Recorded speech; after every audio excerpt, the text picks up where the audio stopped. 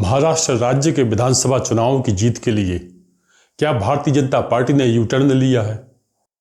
वैसे तो राजनीति में यू टर्न लेना कोई नई बात नहीं है। नेता अपने बयानों से यू टर्न लेते रहते हैं और भारत की राजनीति में एक आम बात हो गई है, इसलिए पब्लिक इसे ज़्यादा सीरियस नहीं लेती। पर कोई राजनीतिक पार्टी ही यू टर्न ले ले तब तो खबर बनती है। 2019 के महाराष्ट्र के विधानसभा चुनावों के बाद वहां शिवसेना ने यू टर्न लिया था। आपको याद होगा 2019 के विधानसभा चुनावों में भारतीय जनता पार्टी और तब की शिवसेना ने मिलकर विधानसभा का चुनाव लड़ा था। इस गठबंधन को जनादेश मिला था, पर बात मुख्यमंत्री पद को लेकर अटक गई थी। शिवसेना चाहती थी कि उसका मुख्यमंत्री बने। भारतीय जनता पार्टी इसके लिए तैयार नहीं थी। भारतीय जनता पार्टी मानती थी कि उद्धव ठाकरे, जो शिवसेना के प्रमुख रहे, वो जल्दी ही भारतीय जनता पार्टी की बात मान जाएंगे, क्योंकि उनके पास इसके अलावा कोई दूसरा रास्ता नहीं है। आखिर भारतीय जनता पार्टी और शिवसेना तब एक ही विचारधारा पर तो चलती हैं, और वो विचारधारा है हिंदुत्व की। भारतीय जनता पार्टी का मानना था कि अब ऐसा तो हो नहीं सकता कि शिवसेना अपनी धुर विरोधी विचारधारा कांग्रेस और शरद पवार की एनसीपी से समर्थन लेगी। पर भारतीय जनता पार्टी का ये मुगालता साबित हुआ। उद्धव ठाकरे ने कांग्रेस और एनसीपी के शरद पवार से समर्थन लेकर सरकार बना ली। वो खुद मुख्यमंत्री बन गए। भारतीय जनता पार्टी को विपक्ष में बैठना पड़ा। भारत की राजनीति में किसी राजनीतिक पार्टी का ये यू टर्न लेना एक तरीके से ऐतिहासिक घटना थी। हालांकि लगभग 2.5 साल के बाद उद्धव ठाकरे की पार्टी में ही बगावत हो गई। उन्हीं की पार्टी के एक विधायक एकनाथ शिंदे के नेतृत्व में 40 विधायक और 13 सांसदों के साथ एकनाथ शिंदे ने एक नई शिवसेना बना दी, एक नई शिवसेना तैयार कर दी, और भारतीय जनता पार्टी के समर्थन से एकनाथ शिंदे राज्य के मुख्यमंत्री बन गए। इसके बाद अजित पवार भी शरद पवार की एनसीपी से 40 विधायक तोड़ के ले आए। ये भी भारतीय जनता पार्टी की गठबंधन सरकार में शामिल हो गए और इस सरकार के गठबंधन को महायुति नाम दिया गया। हालांकि भारतीय जनता पार्टी के अंदर खाने में ये बातें दबे स्वरों में चलती रही कि जब भारतीय जनता पार्टी और शिवसेना के पास स्पष्ट तौर पर विधानसभा में बहुमत था, तब अजित पवार को लाने की क्या जरूरत थी। पर ये आवाजें कभी मुखर नहीं हुई, क्योंकि सामने था लोकसभा चुनाव, और लोकसभा चुनाव में भारतीय जनता पार्टी 2019 के मुकाबले लगभग 2024 में आधी रह गई। भारतीय जनता पार्टी के गठबंधन को सिर्फ महाराष्ट्र में 48 में से 17 सीटें ही मिली। तब वो आवाजें मुखर हो गई कि अजित पवार को आखिर पार्टी में लाने की जरूरत क्या थी, और भारतीय जनता पार्टी को यदि आगे का रास्ता सफलतापूर्वक तय करना है तो अजित पवार को, उनके दल को इस गठबंधन से बाहर निकालना होगा। ऐसी परिस्थितियां पैदा की गई ताकि अजित पवार खुद ही इस गठबंधन से बाहर निकल जाए।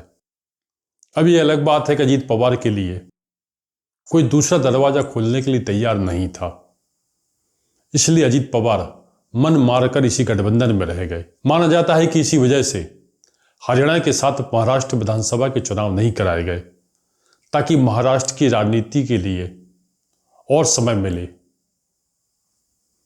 पर अंततः महाराष्ट्र के विधानसभा चुनाव की घोषणा हुई और भारतीय जनता पार्टी एकनाथ शिंदे की शिवसेना और अजित पवार की एनसीपी के साथ चुनाव मैदान में गई। दूसरी तरफ उद्धव ठाकरे की शिवसेना, शरद पवार की एनसीपी और कांग्रेस पार्टी चुनाव मैदान में पहुंच गई। यहाँ पे भारतीय जनता पार्टी की अजित पवार से एक ही शर्त थी कि जिस सीट से नवाब मलिक सिटिंग विधायक हैं, अब उस सीट पर नवाब मलिक उम्मीदवार नहीं होंगे। भारतीय जनता पार्टी ने साफ कहा कि वो नहीं चाहती कि इस विधानसभा में नवाब मलिक को उम्मीदवार बनाया जाए। अजित पवार ने भारतीय जनता पार्टी की ये बात मानी भी। नवाब मलिक की सीट से उन्हें टिकट न देकर उनकी बेटी को टिकट दे दिया गया। अब जाहिर है इस बात से भारतीय जनता पार्टी को कोई परेशानी नहीं थी, पर बात यहीं नहीं रुकी। नवाब मलिक ने एक दूसरी विधानसभा सीट से अपना नामांकन जमा करा दिया। अजीत पवार ने भी उन्हें पार्टी का सिंबल दे दिया।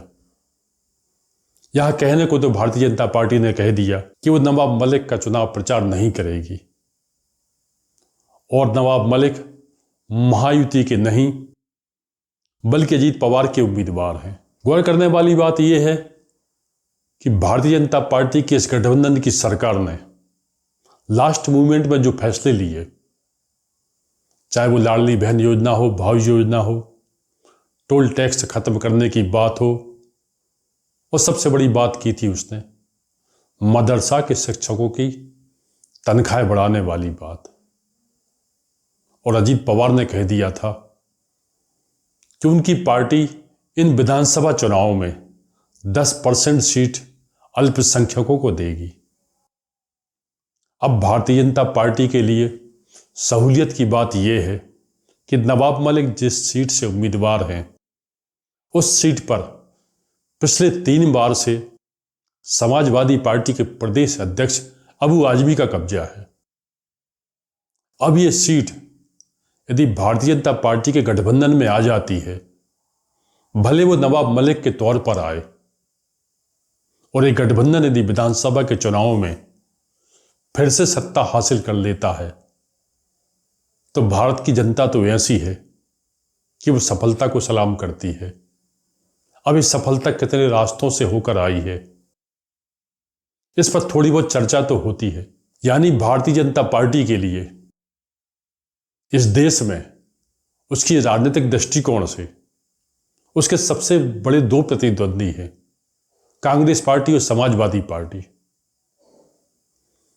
बाकी दलों का नाम इनके बाद आता है। और समाजवादी पार्टी के महाराष्ट्र में 2019 में 2 विधानसभा सीटें थी और उसके अबू आजमी प्रमुख नेता हैं। इस नेता को यदि अजीत पवार के नवाब मलिक टक्कर देते हैं, बल्कि हरा देते हैं, तो भारतीय जनता पार्टी इस कंडीशन में नवाब मलिक को भी बर्दाश्त कर लेगी। इसलिए भारतीय जनता पार्टी ने नवाब मलिक के बहाने अपनी हिंदुत्व की विचारधारा से यूटर्न लिया है।